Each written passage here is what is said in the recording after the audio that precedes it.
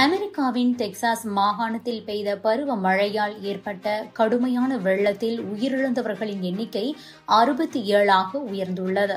இதில் 21 குழந்தைகளும் அடங்குவர் என அதிகாரிகள் உறுதி செய்திருக்கிறார்கள். மேலும் பலி எண்ணிக்கை அதிகரிக்கும் என அஞ்சப்படுகிறது. இந்த நிலையில் டெக்சாஸ் வெள்ளம் இதுவரை கண்டிராத ஒரு பேரழிவு என வேதனையோடு கூறுகிறார்கள் அந்த பகுதி மக்கள்.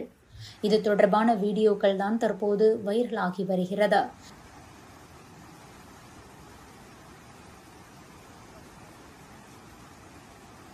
அமெரிக்காவின் தெற்கு மத்திய டெக்சாஸ் மாகாணத்தில் கடந்த சில நாட்களாகவே இடி மின்னலுடன் கூடிய தொடர் மழை பெய்து வருகிறது. பலத்த காற்றுடன் புயலும் வீசி வரும் நிலையில் நகரின் பல்வேறு பகுதிகள் வெள்ளக்காடாக காட்சியளிக்கின்றன. குறிப்பாக குவாடலூப் ஆற்றில் வெள்ளம் ஏற்பட்டு நகரத்தில் புகுந்துள்ள நிலையில் பலர் வெள்ளத்தில் சிக்கி பலியாகினர். வெள்ளம் காரணமாக பொதுமக்களின் இயல்பு வாழ்க்கை வெகுவாக பாதிக்கப்பட்டிருக்கிறது. தொடர் மழை மற்றும் வெள்ளப்பெருக்கில் சிக்கி பலியானவர்களின் எண்ணிக்கை 60ஐ கடந்திருக்கிறது. தற்போது 67 பேர் வெள்ளத்தில் பலியானதாக அதிகாரப்பூர்வமாக அறிவிக்கப்பட்டிருக்கும் நிலையில் பலி எண்ணிக்கை மேலும் அதிகரிக்கலாம் என அஞ்சப்படுகிறது. இந்த நிலையில் டெக்சாஸில் கோடைக்கால முகாமுக்கு சென்றிருந்த 700 மாணவிகளில் 20க்கும் மேற்பட்ட மாணவிகள் மாயமாகி உள்ளனர். ஹெலிகாப்டர்கள் மூலம் அவர்களை தேடும் பணி தீவிரமாக நடந்து வருகிறது.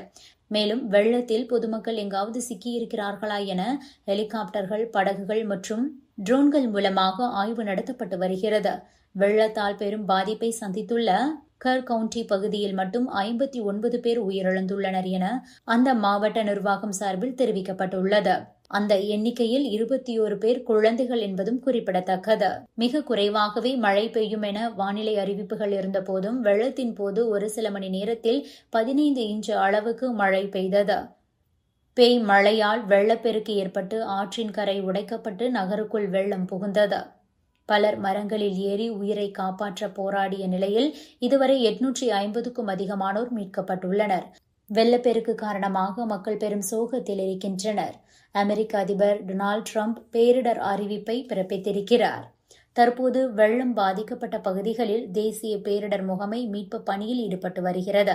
இதற்கிடையே வானிலை மையம் மற்றும் தேசிய வானிலை சேவை துறையில் பணியாளர் குறைபாடு காரணமாகவே இந்த பெரும் வெள்ளத்திற்கான எச்சரிக்கையை சரியாக கொடுக்கவில்லை என விமர்சனங்களும் எழுந்திருக்கிறது.